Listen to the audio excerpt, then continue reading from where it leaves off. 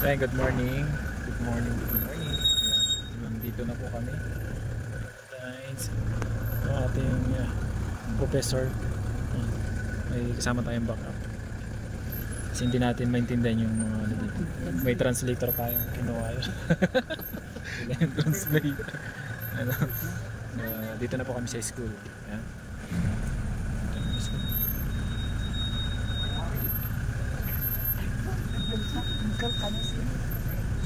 Pas na tayo, pero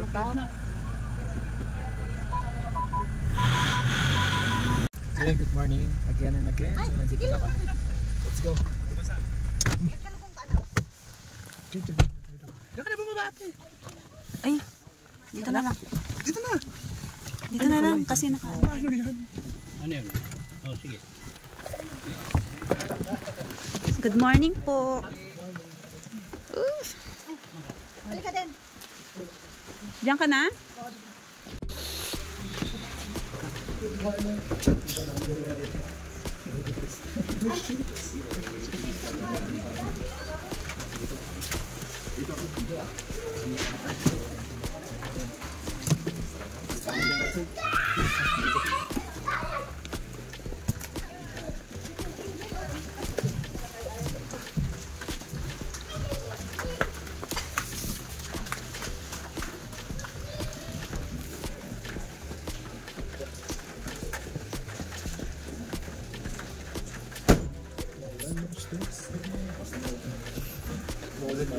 Hello po. So yan, si Sergio po. So siya po yung kausap natin dito. Dito tayo nakipag-coordinate para i-settle po yung project natin. Ating project natin. Base mountain mission. Sir, thank you.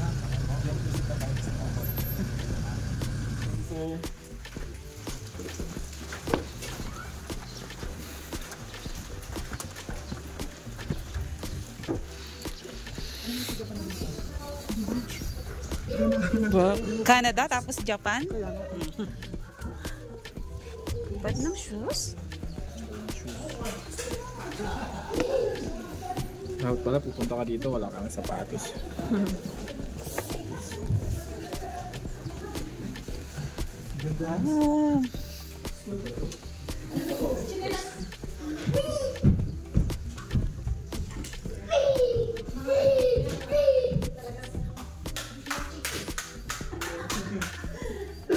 Oo, dapat ganito din sa inyo ba yun?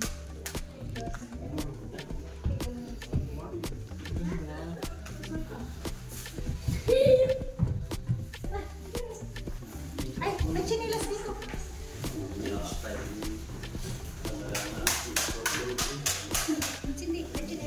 Ay! Ang chinelas.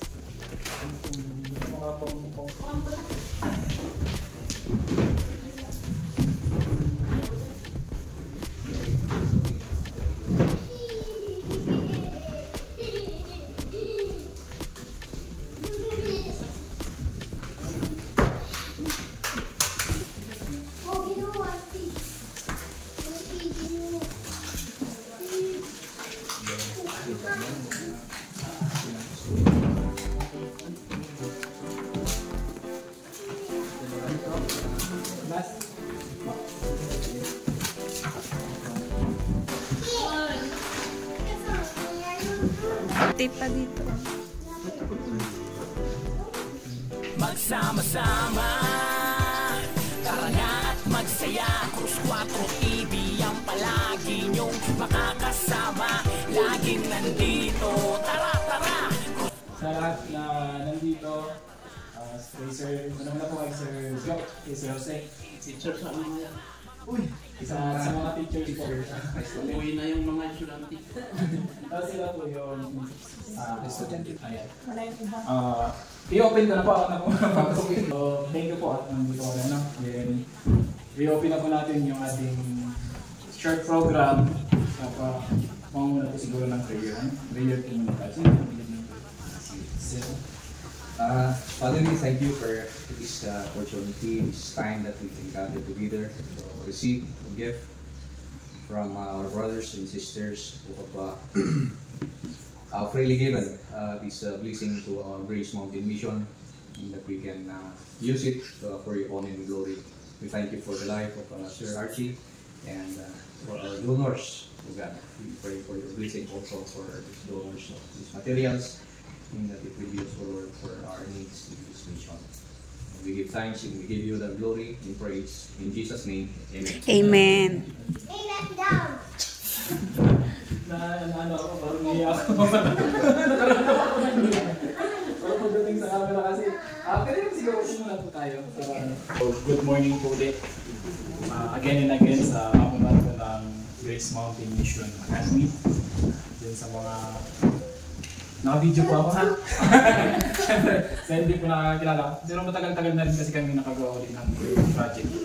Kasi mostly po last time mga project sa amin nasa Kapastarla sa mga ITAS community. Yun yung pinakalas project ko po. Na bit-bit namin din doon. Katulad din ito, project aral. Managay kami ng mga t-shirt.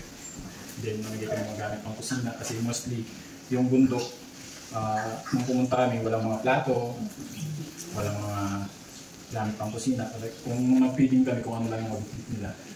Kaya yun yung inana namin na project.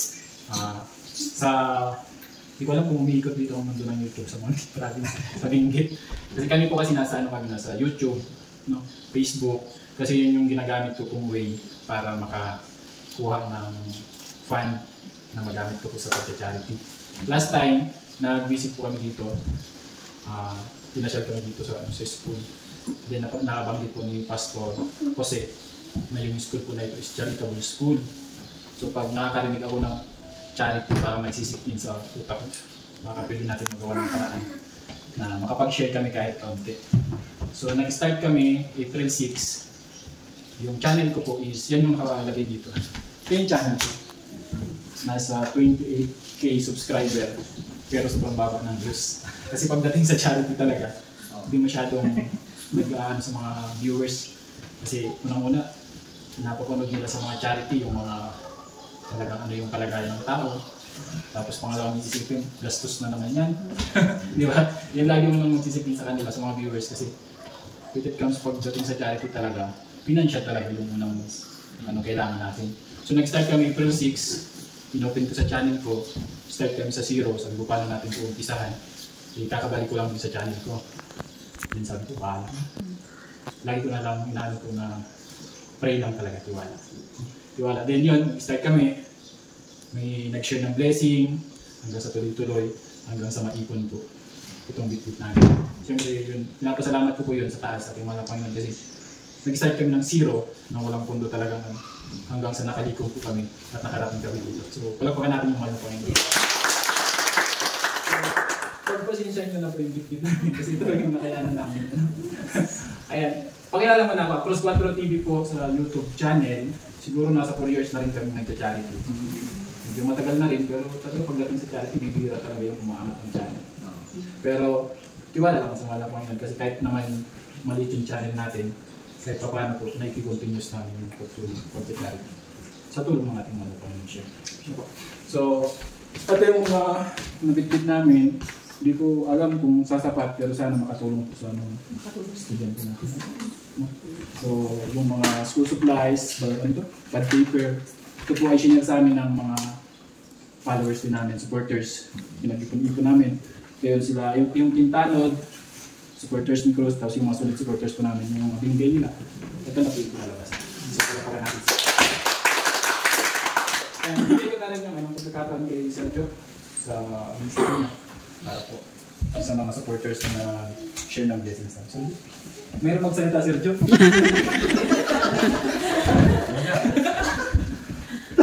Lalo sa akin, medyo mahirap mag-Tagalog. Nababuluktot yung English. So, in behalf of Grace Mountain Mission, nagpapasalamat kami sa mga donors ng school materials dito sa amin. At maraming salamat po sa blessings na binigay niyo sa school. At sa ninyo na magamit yan sa for the glory of the Lord. And nung una nag-usap kami kay Sir RG, na-mention ko yung charity dito sa school kasi ito ang beginning ng school ng charity talaga. Mayroong konting contribution yung mga estudyante pero sapat lang sa mga pangkusina. So malaking tulong ito sa school namin na magkaroon ng mga ganitong school materials. So in behalf again sa Grace Mountain Mission, we'd like to thank you very much and may the Lord bless you more. Yun lang siguro, sir. Sige po, ano. Yung ano natin dito, so yung mga estudyante natin, tawag dito, siya yung beneficiary ng school share dito. Sila po. Kung baga nagkakaroon lang sila nung tawag dito, free na po yung lahat. Opo. Free. Tapos dito na sila nakatira. Yes po. Parang boarding school, dito na sila natutulog, dito na sila kumakain, nag-schooling. Parang 24/7 na eskwelahan. Kasi nabanggit niyo po yung may share din yung student na ginagamit natin sa pang-personal nila, yung pangkain nila. So parang yun yung contribution ng student doon din mapupunta. So mostly talaga yung gamit na pang school galing sa donors. Galing talaga sa charity. Ano po sa mga donors, sa mga sponsors, sa mga share ng blessing po sa school. Yes po, sir. So parang talagang kulang talaga, no? Kaya pagkakataon po namin siguro to para maglambing sa inyo. Kung meron man, sa abot ng makakaya natin, sa mga susunod na panahon na makapag-share pa tayo ulit. Kasi malaking bagay na maging bahagi tayo ng pag-aaral ng mga estudyante natin. Kasi ang gaganda pala nito, mga igurot pala, sir.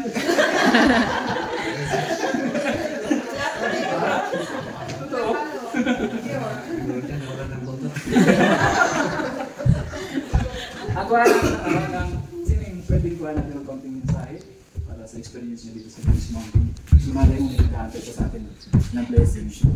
Para big night, stage is yours. Pag di ka makapagtagaan, English na lang.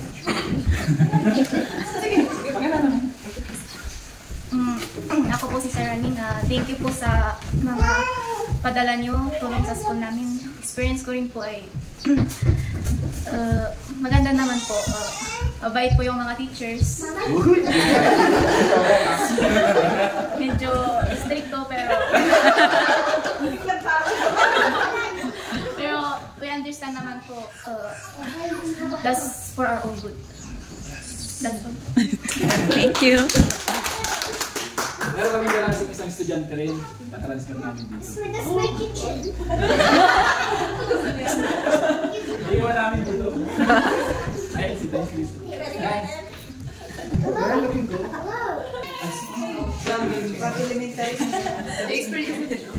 Okay, kahit English na kasi. Hindi ko na maintindihan yan. We are so much thankful for coming and give us a blessing. We thank God because He used you to bring blessings here in our school. And yeah, actually I studied here from elementary, high school until I went to college. So I was here already for, I think it's already 20 years.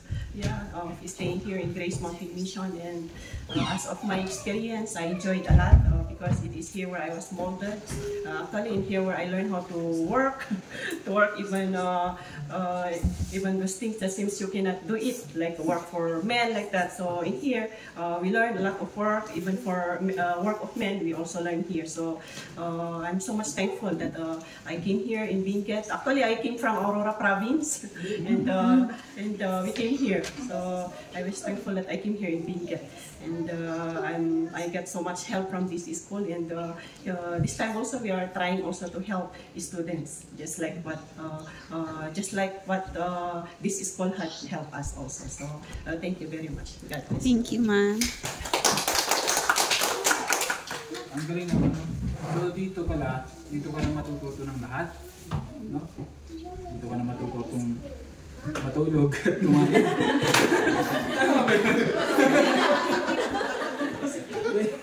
Ibig sabihin ka, nandito ka sa school na tulog, natuturuan kung paano mo i-handle yung sarili mo. Tama? Ganun pala yung Grace Mountain Academy. Na tuturuan ka paano ka tumayo sa sarili mong paa. Parang ganun. Ano po? So, invite natin yung mga kapanood kung yung mga gusto kayo ipasok dito. Pwede naman. Welcome ba kami, sir? Kasi parang yun, kasi mayroon kami mga na-encounter na mga case na may mga bata na nawawala na talaga sa di ba? Kasi may ano din na wala na talaga mapuntahan. So pwede ba lang ganun, ano? Dahil namin dito, pwede yung matulog sa kumain. Pero maganda rin kasi yun para at least pag nandito sila talaga matuturuan. And then kumbaga mapibuild up mo yung sarili nila. Paano mo i-handle yung sarili mo. Para pagdating ng panahon, magagamit mo. Pag lumabas ka na ng Grace Mountain Academy, may ano ka na, may pundasyon ka na para iharap sa iba. So maraming salamat po sa pag-share ng mga kanya-kanyang experience ko dito. So malaking bagay po na maging bahagi kami sa pag-aaral ng mga bata. Sana po ay makatulong. And then sana rin sa tulong ng ating mga Panginoon ay hindi po ito ang una at huli. Sana mas maganda.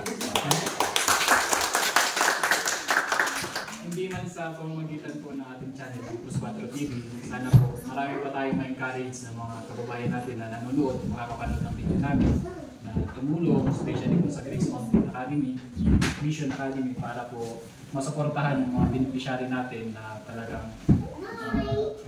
tawag dito, yung mga nag-aaral dito na mga beneficiary para po sa susunod na henerasyon maging katulad ni Mom, teacher, at nandito pa rin sa Grace Mountain Academy. Ano po? So, thank you so much po sa lahat, sa support kay Sir. Hindi kami tinanggihan. Sana nga tumanggi si Sir.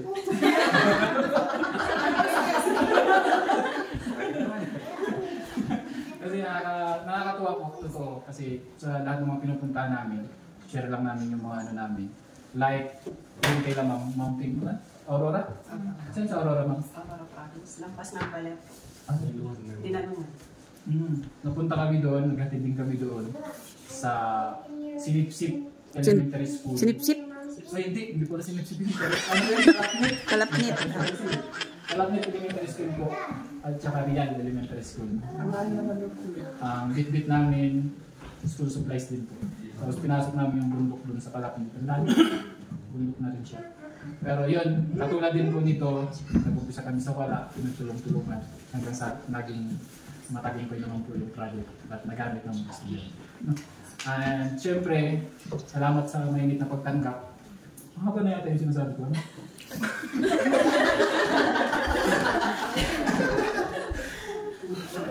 Bigay ko itong bilang pasasalamat po sa mainit na pagtanggap sa amin dito na ginawa ko sa certificate para po sa Grace Mountain.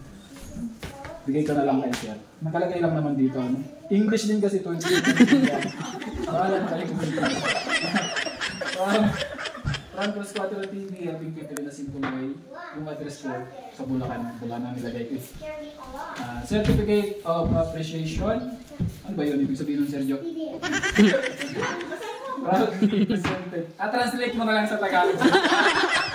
Para maintindihan din ang viewers ko.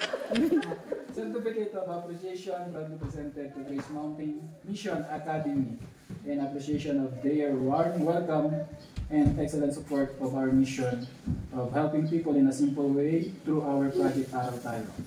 Conducted on May 31, 2025 at Grace Mountain Mission Academy, back on Benguet, Philippines. Sign? Pirma pa talaga?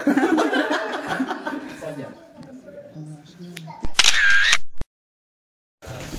Again, maraming salamat po, sir, sa ma'am, sa donation dito sa school. Sana po, the Lord will bless your charitable endeavor to help schools for individuals that are in need of help. And it's truly a blessing that we have come to receive this gift from different donors, and may the Lord bless you more. Thank you, sir.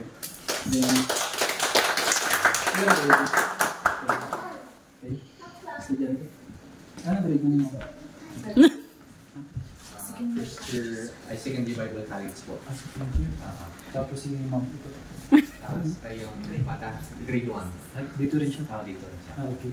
So proceed na tayo sa ano. So, gift-giving sa part. Kayo din siya. Kasi hindi lang pagkilala natin yung picture eh. Sige na.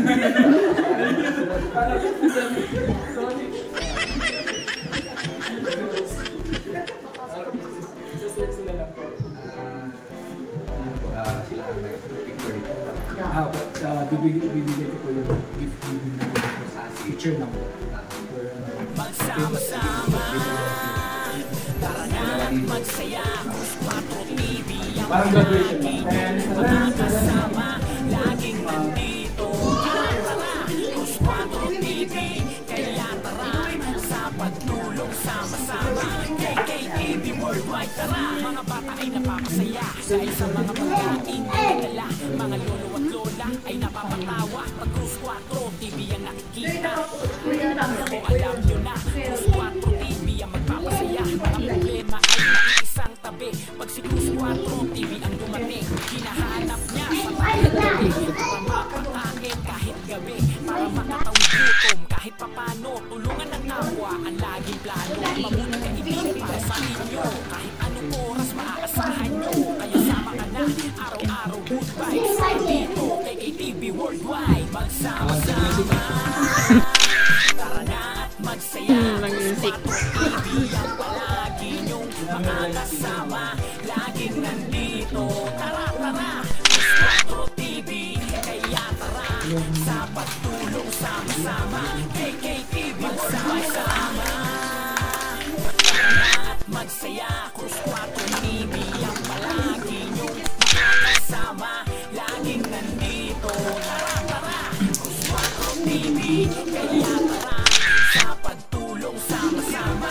KKTV Worldwide, tara, kaya tara, halika na, tayo na at tulungan sila. Hawak kamay, abutin ang tagumpay, bigyan lakas ang taong nalulumbay. Salamat Cruz 4 TV sa pag-abot ng iyong kamay, sa pagsuporta at nagtiwala sa Panginoon ang laging gabay. Ngayon at walang hanggang pasasalamat at pagbigay ng iyong tiwala. Kanilang church. Bigyan ng ayuda sa kanilang mga pamilya. Mabuting kaibigan para sa inyo, kahit anong oras maaasahan nyo. Kaya sa